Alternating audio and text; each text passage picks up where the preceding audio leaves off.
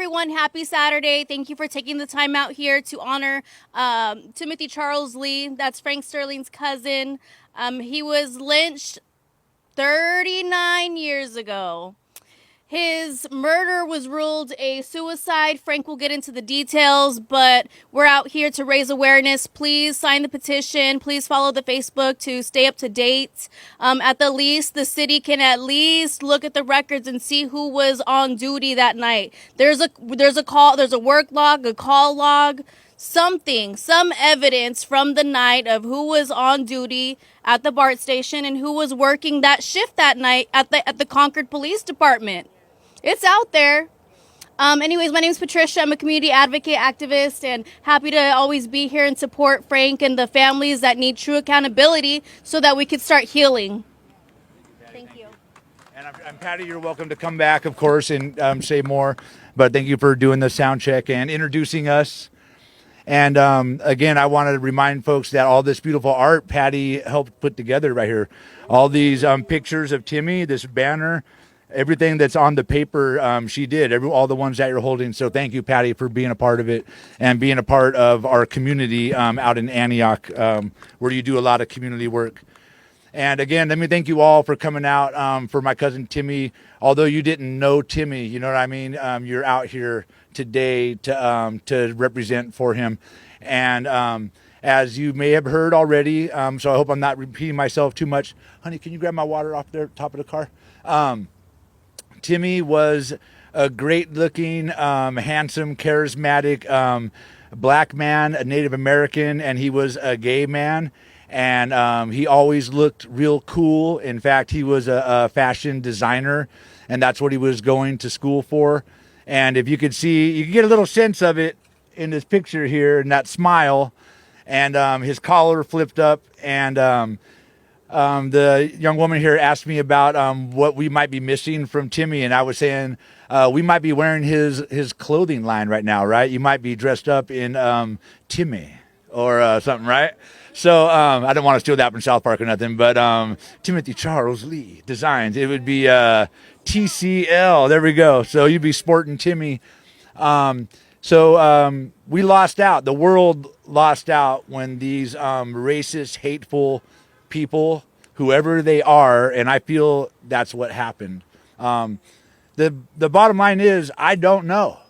I wasn't there that night, but I feel from reading through the documents that I see online, if anybody wants to look at a lot of them, you can just Google Timothy Charles Lee and then put FBI on the end, and you'll be taken to the public portal of Timmy's case. You could see the evidence for yourself. I feel there's a lot of suspicions in what happened with Timmy's case. The ligature which Timmy was hung from was destroyed within 24 hours. And that's protocol, though, in the suicide. So they deemed it a suicide right away and destroyed that evidence. There's reports that he had cigarette burns on his body. And the autopsy reports or somewhere else, they wrote it off as insect activity or bites. Timmy kind of disappeared off the phone calls and stuff around 1:30, 2 a.m. He wasn't found out here in this field till about 11 or noon the next day. So he was out here for who knows how long.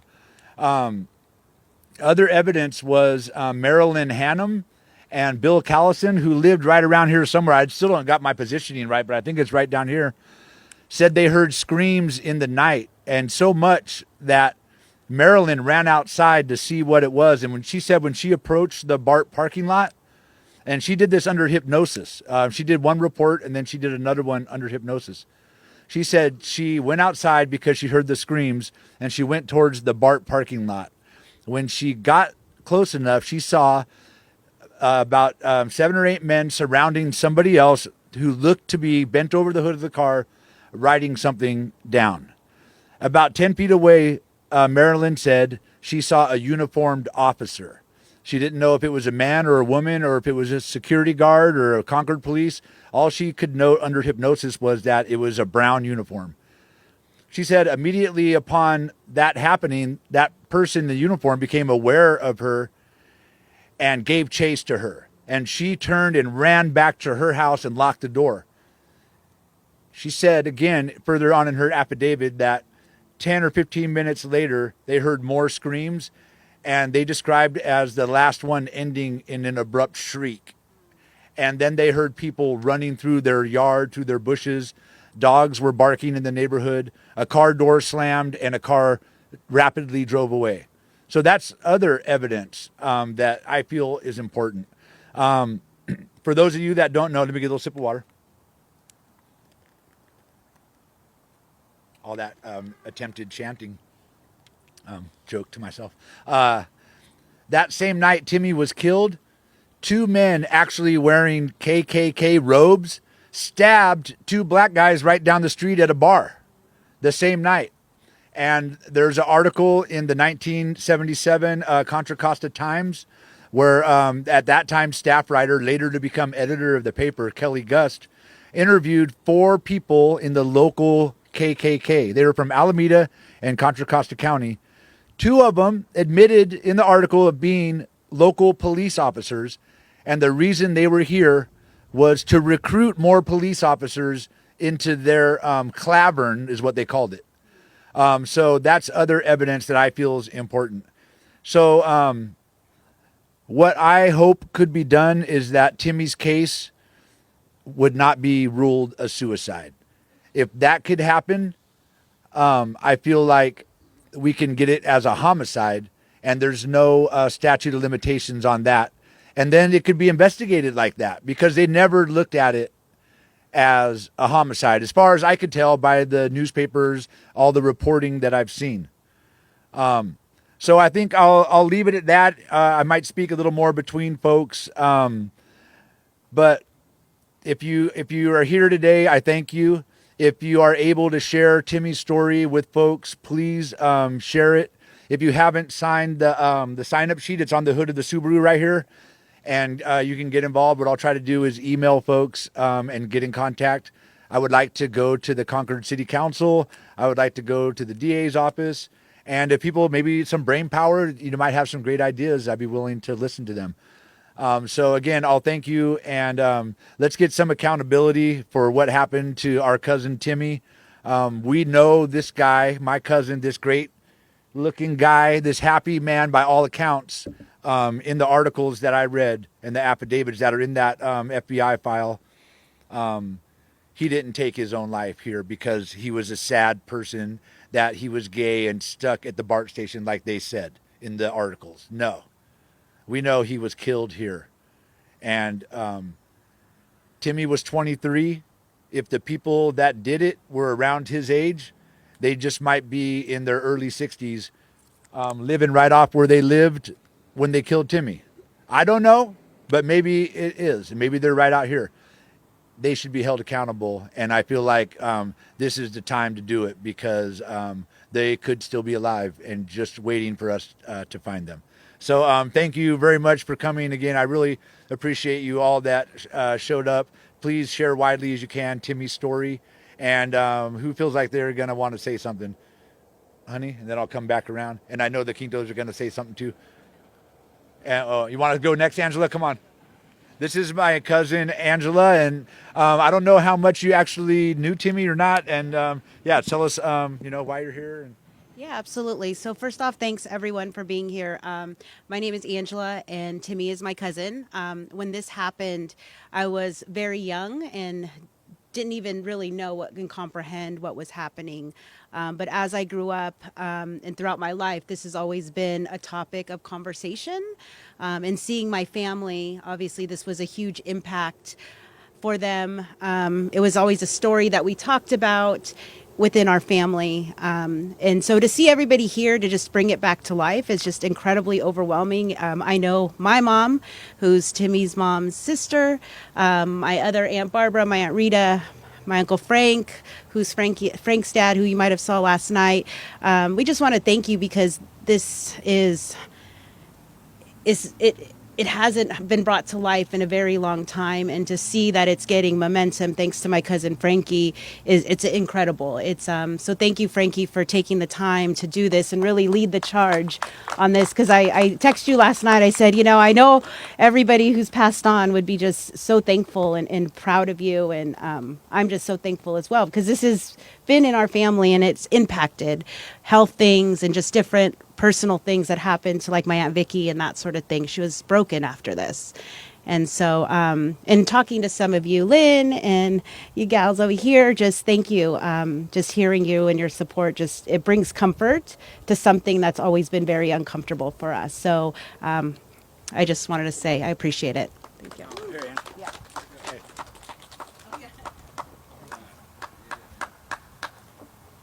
All right. Well, thank you very much for my cousin Angela for coming out. I know, it's great to have you here to share about Timmy, and it did take a toll on our family. Most of Timmy's family, his immediate family, is all gone.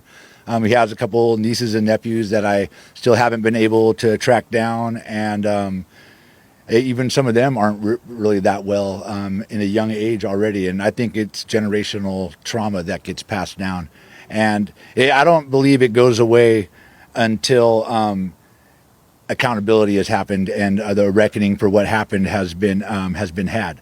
So I feel like Concord needs to heal. This little plot of land in one of these trees right here, my cousin was left, dangling from a tree here. And later on, before we end up, I'm going to read a poem from Raymond Nat Turner, who wrote a poem about Timmy. A lot of folks remember Timmy's case, and he was affected and wrote a short poem about it. So I almost forgot. I'm going to look that up after the next person. Sarah, do you want to go next? This is my girlfriend, Sarah, and she's worked right over here by this building for many years and had to look down at this parking lot. Come on up, honey. I'm Sarah, Frank's partner, and I do want to thank everyone for being here today. And there's a couple things, and you already touched on it. When I see Frank, to know Frank, you know somebody who takes everything in stride, right? But hearing him speak about this case over and over again, and hearing him speak to the DOJ about it, was hitting me how much he needs to be cared for and has to care for himself because of so much because when you look at him, you he's just like, oh, just a happy-go-lucky guy. But we have to take care of each other, because I know that he's not the only person here who's fighting a fight, right? So we have to take care of ourselves and one another. So thank you so much for being here. Yes, I did work over there. I was actually researching lynchings of Mexicans, and I started reading about lynches in the area, and that's when I came across a story of Timmy, and I didn't actually know it was his cousin either, so it was just all coming in a weird way. For anybody listening, if you were here at that time and you have stories to tell, please reach out to Frank or myself. Anything that you remember, if you want to write it down, people's names, where you were, anything you remember, we want to hear those stories, and thank you.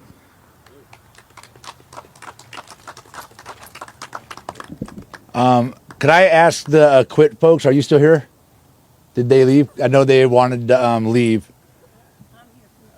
Okay, because I know you guys had a meeting, so I thank you for staying. Some other people did, yeah. Okay, you want to say a little something from Quit? And I just real quick, I host a show on KPFA Full Circle, and I just met folks from Quit who disrupted Scott Wiener's Halloween extravaganza to try to get him to speak up on what's happening in Palestine.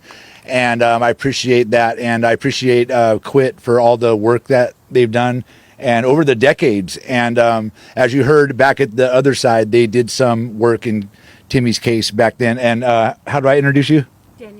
Denny. This is Denny from Quit. And I'll let you tell them who Quit is. Hi. So I'm not super comfortable speaker, but thank you. And I'm honored to be here. Quit stands for Queers Undermining Israeli Terrorism. And we've been around for almost 25 years now.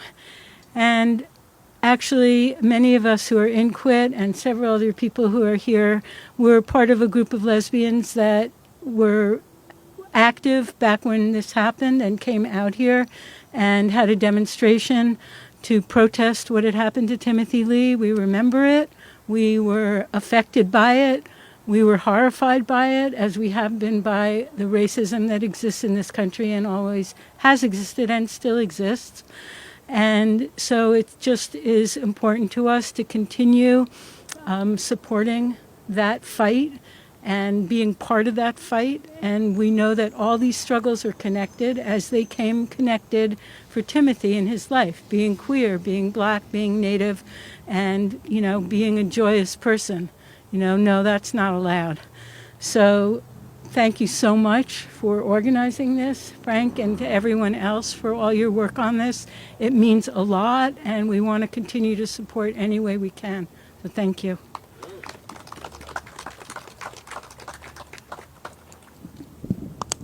I feel like we might have only a couple people left. I know you want to speak to, and I want to get the Quinto family to come up next, because when I look back through the documents, and these are all my personal observations and feelings, right? Because I'm not an investigator. I don't know all the information, but looking back at what I have looked back, and when Marilyn Hannum said she did see someone in a brown uniform.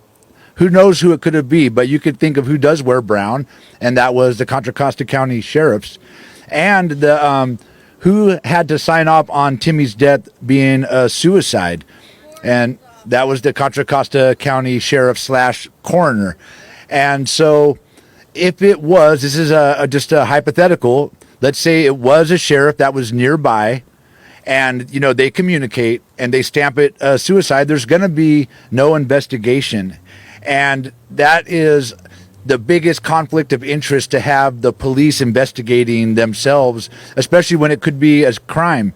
And the Quinto family over here has had personal experience with that as well.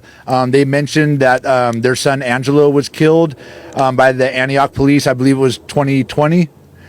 And the sheriff signed off on their son's death too, and said that it was a debunked scientific term called excited delirium. How many of y'all heard of that? Well, it only happens, unfortunately, when people are being compressed and handled by the police out of 99.9% of cases. They worked really hard after the death of Angelo that no police officer in California or agency can use that term anymore. And I'm sorry that took the son of Angelo to get that, but I know me, Patty, and all the rest of the community folks appreciate all the work that you all have done after what happened to you, the tragedy that happened to you. But one of you or all of you are welcome to come up, and something they're working on now is separating the sheriff from the coroner, so we don't have this conflict of interest. So you're free to speak about whatever you want, but feel free to touch on that as well. And you could push it up and down how you need. Thank you for coming.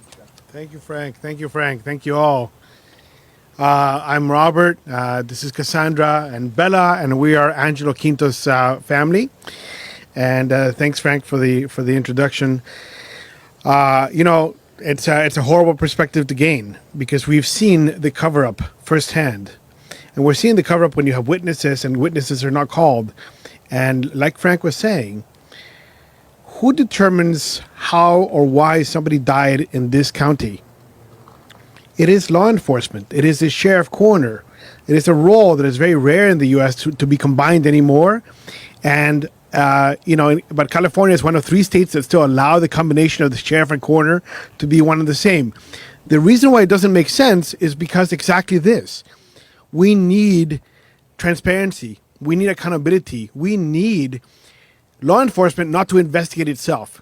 And so we don't know what happened with Timmy, but we do know that the role of determining why somebody died in this county is the responsibility of the sheriff coroner. In our case, in Angelo's case, when they did the autopsy, who was in that room? There was a detective from the Antioch Police Department, and there was a DA's investigator. That is not independence. So they were hired by the sheriff. conducted with everyone else that was law enforcement to make sure that, and they took the pictures of Angelo as an example. So we have been here. We have seen the cover-up firsthand. We want to support, Timothy Charles Lee, that beautiful smiling person didn't get a chance. There was no video during that time. We have witnesses. We have evidence. We need a clean investigation, and we really don't. So we're calling on the sheriff coroner to reopen this case. We're calling on the DA's office to investigate this case as a possible homicide. We need people to look at that. The law needs to be applied to everyone. We can't have separate laws for people that are a different race or in any other way, not the preferred. Sorry, yeah. Why? Yeah, just because they're not a member of the privileged class should not mean that they don't get an investigation. The story is ridiculous. How would you take Bart, fall asleep in Bart, wake up in Concord, and decide to hang yourself because you miss Bart? You would do it in your home. You wouldn't even do it. But so the whole thing is just ridiculous when you hear about it. But we need independence in this county. It's really about being able to trust those agencies. We can't trust them if they can't open this and really give it a correct investigation. We, again, don't know what they'll find, but we want fairness in that investigation. You want to say something else? No? So thank you for inviting us to be here. Support all the way. We called for reopen this case and separate the sheriff coroner if we can in this county, because that is part of having independence. That's part of having accountability and transparency in the process. It's time that we don't have the most controversial cases being decided by somebody who's got a very, very much an agenda to protect law enforcement in any case. So thank you for being here.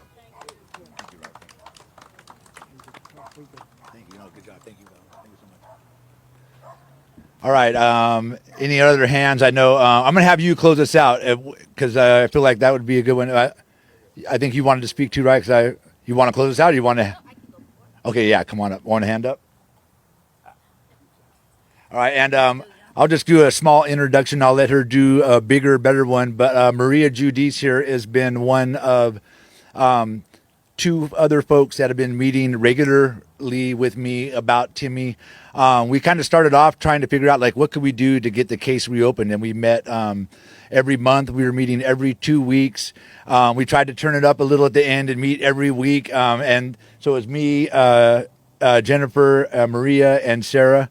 And we meet on Zoom and talk about what we can do and how we can get people to come be a part of this and all that. And what can we do to get his case reopened? So let me just say here in front of the crowd, I appreciate you. And she's also done all kinds of work about Timmy. I'll let her tell you more about it. And I just want to say thanks though for you for caring and being a part of keeping up the fight. She has her whole other stories about Timmy because her family knew about Timmy. I'll let her tell it, but thank you so much.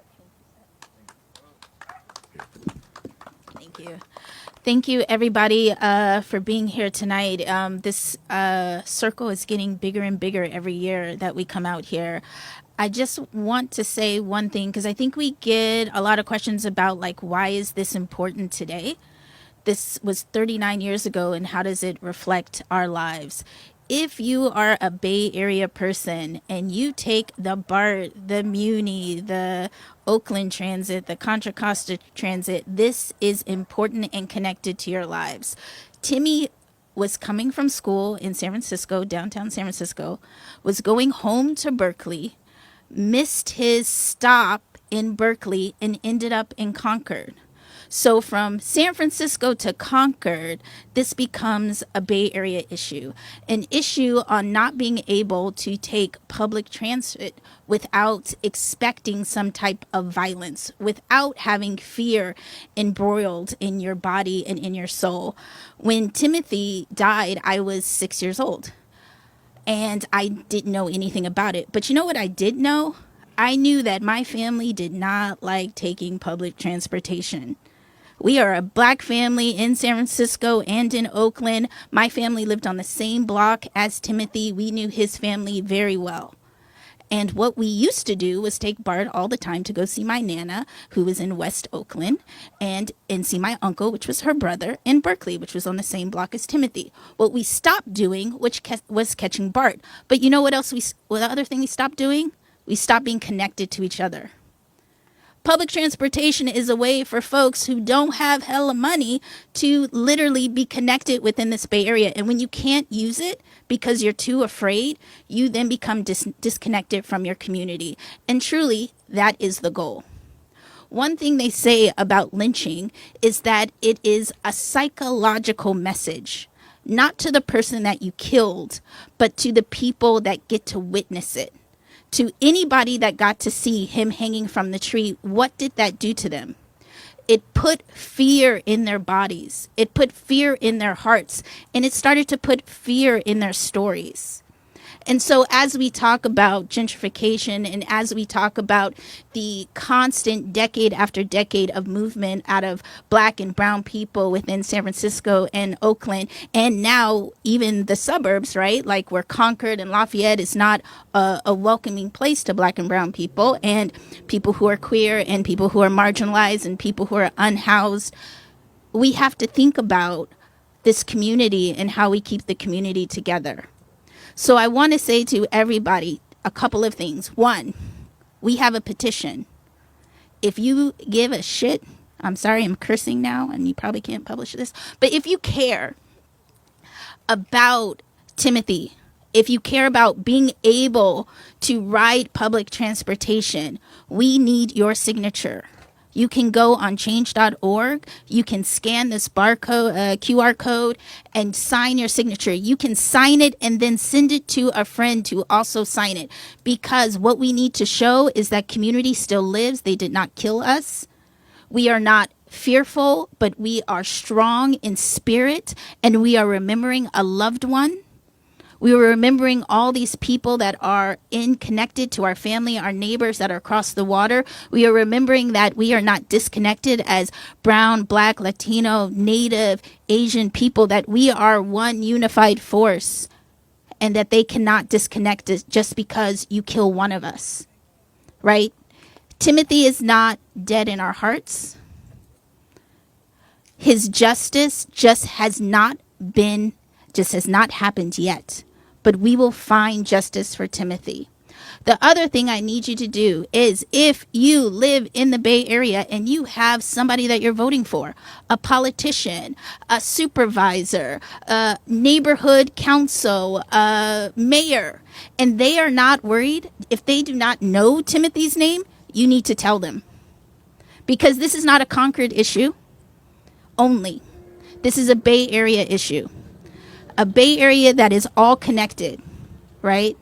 And Timothy is a representation of what Bay Area people are. He's Black, he's Native, he is gay, he is young, he's living his life. He was on his way to be a fashion student intern in Milan.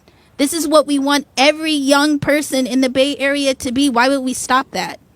So I'm going to end that here, but say, if you ride public transportation, this is an issue for you. If you have a car, but yet still go to the games on public transportation, this is an issue for you. If you have a young person in the Bay Area, this is an issue for you. If you are 23 or in your early 20s, this is an issue for you. Thank you all for being here. Thank you for being connected to our issues. We will be here next year, November 2nd, at this very same spot. Please join us. We are going to keep marching until his case is open. Thank you. And you can see it's starting to get a little bit dark. Thank you all. If your candle gets to be a pain, you can blow it out and we'll light it up again in a minute. But yeah, the sun is going down. We're going to slowly get ready to wrap up. But as I've been doing this over the years, I've been getting like random calls. A guy called me today actually and said he watched the story on KTVU and that there used to be a little house over here. And he said, I could see it in the FBI drawings, in the documents of the police documents. And he said, he described it as a little crazy cat lady, a little old cat lady. And she lived right by where it happened. And he said, I was 15 and I was out at night all the time on my bike. He said, I wasn't out there that night, but he said to the cat lady, the little old lady there, what happened there? He said he asked her. He called me out of the blue this morning. And then he said, I know this sounds like hearsay, of course it is, but he told me that she said, I'm not telling anybody what I saw, not even the police. So who knows why? Maybe she looked out and saw and her jaw dropped and they gave her the threat. We don't know. That's another thing we don't know. That could have been looked into at the time.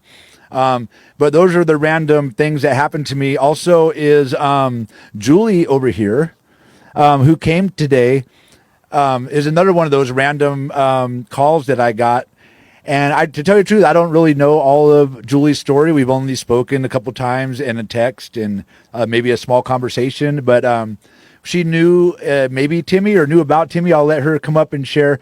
And, you know, I'm so glad that you came, just because I feel like having people from the era, it really, you know, for one thing, it shows that if you're still here, the people that did it to Timmy could still be here. So to me, it brings to light that, you know, they are out here. I feel like they are walking around right out here with us. If not, their family are, or people that know. But I'll welcome up Julie, and feel free to share what you feel comfortable. And I appreciate you for showing up. Thank you. Thank you. So, yeah, I'm short. Sorry, I got a candy. I'm ready. And I'm also a cat lady, so if you need someone to talk to her and you find her, I like. So I'm Julie Twitchell, and I'm here with some other revolting lesbians who were also at the Concord BART station after Timothy's death to let people know in Concord that this happened, and it happened right here. And I was young, in my 20s, and a little naive, little sheltered, and I heard all the facts of the case, and I knew in my head that this was a murder. But when I was handing out flyers right up here, and a white woman came up behind me and said in my ear, "Long live the Klan," I was shocked. I literally was shocked. It's like I knew in my head that it had happened, but it hit me as, wow, this really is real. And so now, after that, I became angry. And I'm still angry that this case has not been resolved. And I hope to work with you all, you know, in the future to get this case resolved and for there to be justice. Thank you. Thank you so much. Thank you so much. I appreciate it. I'm going to have Mr. Brightman close us out unless other people want to speak first. And I just want to add that I went to the Concord City Council just a couple of weeks ago. I walked in with these beautiful pictures of Timmy. Jennifer was there, Patty, some other folks showed up. And I invited all of them to be here to say something. And I'm sad that they're not here. I'm not surprised. But I wish they would be here because I listened to the words that candidate Nakamura said at the time. That's now Councilwoman Nakamura. And her words were very powerful the first year that we were out here. She stood right here and spoke. And in fact, you could listen to that at the KPFA archives from last night. Go to kpfa.org and listen to the archives from last night at 7 p.m. She spoke very eloquently and powerfully, but I need that to be represented on the city council. So a quick reminder, if you haven't signed up for the sheet over there, I'm going to return to the city council. And if you want to join me, I will reach out. And we got another person that's ready to speak. What's your name again? Dell is going to come up, and I appreciate you as well for showing up. And I'll let you come up and just say what you want to say, and I appreciate it. I'll hold your candle for you.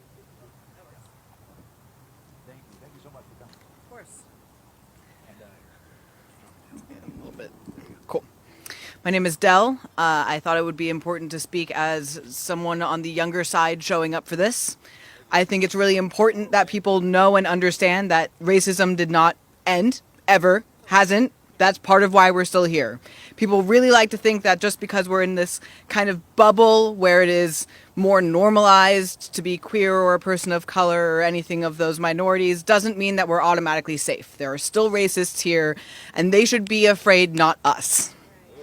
So I think it's so important, especially I know I am from a place of privilege. I want to be here to listen, to support, to amplify, and it is so important for all of us to be coming together to make sure that if these racists are still out there who did this, they don't get to know peace for it. Thank you so much, Dale. Thank you so much. Yes. I forgot I had some other folks. If you want to speak before we close out, just raise your hand, anybody. And remind me your name. Lynn. I'll let Lynn further introduce yourself. I can hold your candle if you don't want to hold it. And I appreciate you for being here. Thank you. Hello, everyone. My name is Lynn. I'm here on behalf of Richmond Rainbow Pride from the city of Richmond. And I also sit on the board of QUAPMAP, which is Queer Women of Color Media Arts Project. So we have 31 community partners with QUAPMAP. And so I'm going to bring back this to all the organizations. Because when I saw this, it first came to my attention on KTVU. I thought, this doesn't sound right. There's something really wrong. And for it to happen on a night where there were other racial incidents, I cannot, in my mind, understand why it wasn't thoroughly investigated as such, as a racially motivated incident also. So I'm going to bring it back to these organizations. And the former president of Richmond Rainbow Pride he sits on the board of the City Council of Richmond, Cesar Cepeda. And the former City Councilwoman, Jovanka Beckles, is running for Senate, for Nancy Skinner's office. So hopefully, she will obtain that office. And she and her wife are connected with us very much. So I'm going to be speaking to them also. So I would like to see, give support to the family and to also promote and give you more exposure.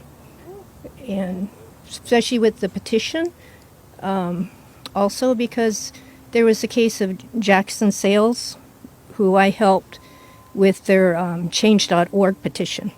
So I sent the link out to every single PFLAG organization in the nation. And they received over 10,000 signatures on the petition. So I would like to see you get more. And also, Rob Bonta came to a GAPA banquet, and I arranged to have Jackson Sales' family at the banquet. So they spoke to him personally. So I would like to see this reopen, because it's too suspicious, and nobody in their right mind really believes it, really. Thank you. Here's your candle. Thank you so much, and big shout out to Richmond. And if you seen any of the videos from our Facebook, Melvin Willis came out and spoke some powerful words last year. Current sitting Richmond City Council. Yes, to re-elect Melvin Willis if you're a Richmond person. And, we thank the Richmond City Council for all their work, especially they divested from many companies dealing with Israel and war profiteers already. And, of course, they already did a ceasefire resolution long ago. I think they were one of the first cities to do it. So thank you, Richmond. And thank you, Lynn, for coming out. And I look forward to collaborating and getting Timmy's signatures spread and raised up on that change.org petition. Anybody else feeling it before we close out? I'm looking over there just in case. No pressure. Nobody want to say? Patty, you want to come back before it's over, or do you feel good on the first time? I feel like I cut you off. You're good? All right. Yeah, so I'll just say before I let Mr. Brightman close us out here that I appreciate you all again for coming out and being part of Timmy's Memorial Walk. And it means a lot to me, obviously, Angela and the rest of the family. And I know Timmy I don't know where we go. Our people say we go to the Milky Way. So if he's up there watching, I'm sure he'd be very excited for that. And I know the family would be as well. So thank you all for, having these candles. I'm going to turn the camera around. So don't blow them out yet. But after Mr. Brightman says a few words to close us out, I'll get a shot again with us with the candles. And then, the poem. I'll close out with the poem and I'll look it up. Thank you. It's hard to read. It's really short, but it's emotional. It's really short and powerful. Maybe I'll see if I could look it up and then, but I know you wanted to speak. Can you come out and introduce yourself and then say a few words? And if you want to kind of close us out, that'd be appreciated. And I'll throw a little sage on the fire. Thank you, man. I appreciate it. Oh, yeah, brother. Hey, man. Anytime, brother. Apetawashte. My name is Quanah Parker Brightman. I'm Executive Director of United Native Americans. Just to give a brief synopsis of who we are as UNA. We were founded in 1968 in the Greater Bay Area of San Francisco. We were involved in the takeover of Alcatraz, Wounded Knee, a couple long walks across country. Led a group one time that took over Mount Rushmore and reclaimed it for my nation, the Lakota Nation.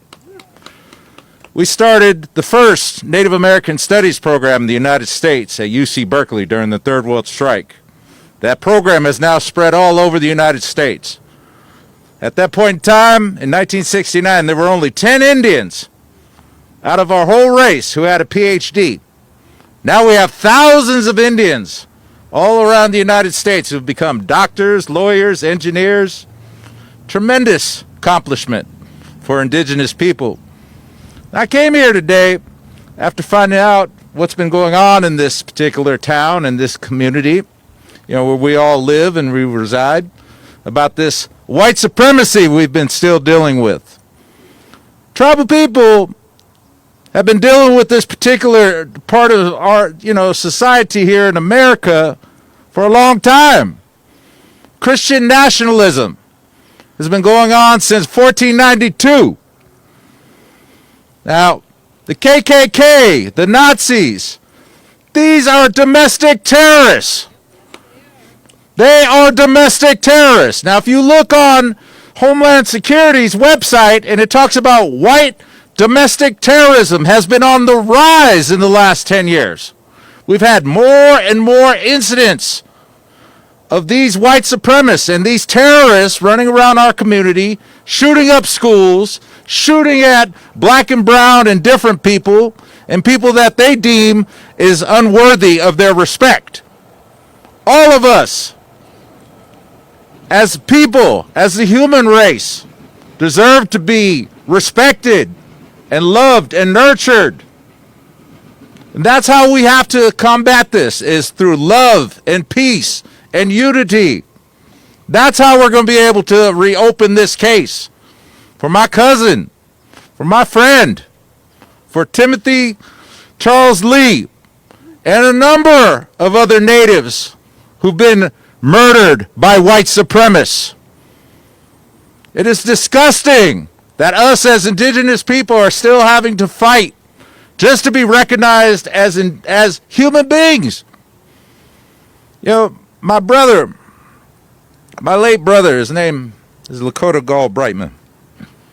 And he got murdered back in 2015. And I got justice for him. I fought really hard.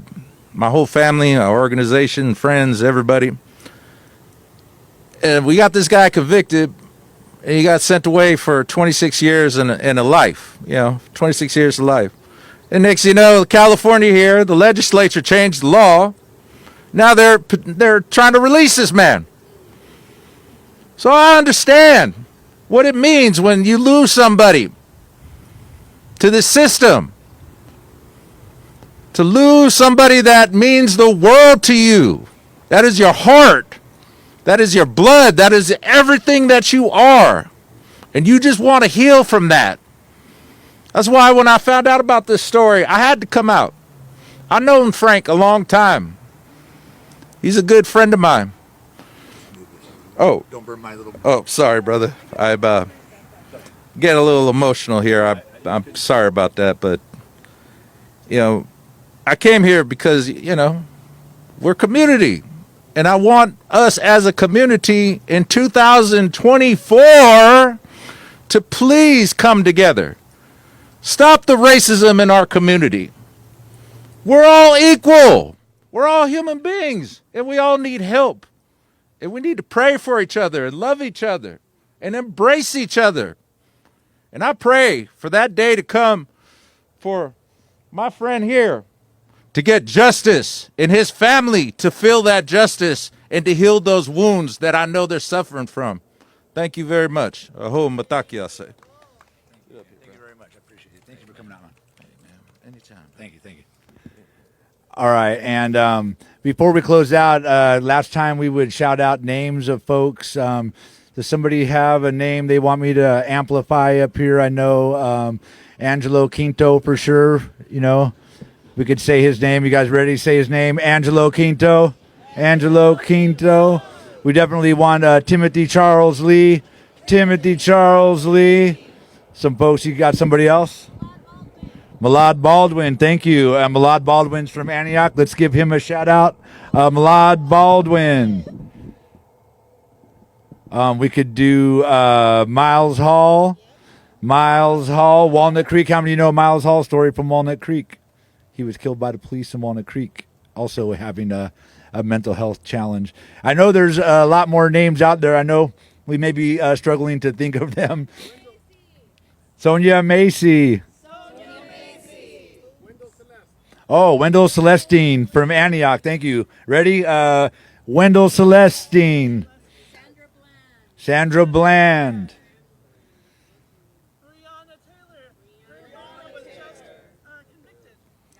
Breonna Taylor, and we had some good news in that in the fight for justice for her. And let's not forget somebody that kicked us off into our journeys of fighting for accountability. That's Oscar Grant. Oscar Grant. I know when that case happened, he got me. That really touched me, and I was in the streets reporting on that, and that really changed the trajectory of my life and my reporting for KPFA. If you think. Oh, Rakeem Rux. That's another one from Antioch. You ready? 1, 2, 3. Rakeem Rux. All right. Oh, Alan Bluford? Alan Bluford, yes. Ready? 1, 2, 3. Alan Bluford. And there's so many out there that need accountability.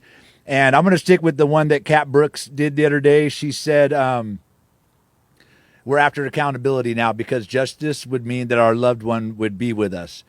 That's already happened. Now we need some accountability. We want to find out what happened, and we want the people that are responsible to face accountability for their actions. So I'll close out again with saying I appreciate you all. And I think are we ready to let go of the flowers? If someone wants to take a flower home, please take one with you. And again, I appreciate all of you for coming out and remembering Timmy. And I'll do my best to keep up on some emails and keep you all posted. If you feel like you might want to come to a city council, raise your hand, out here. All right. Concord folks. And so I'll look to doing that, and the Contra Costa County District Attorney's Office. That'd be a place to go. And I just want to, again, thank each and every one of these beautiful souls for coming out tonight for Timmy. I appreciate each and every one of you for supporting my cousin, Timmy. Thank you very much for you all being here with that beautiful guy. Thank you so much. Thank you so much. Let's not forget the little doggies down there. Thank you all so much for being here.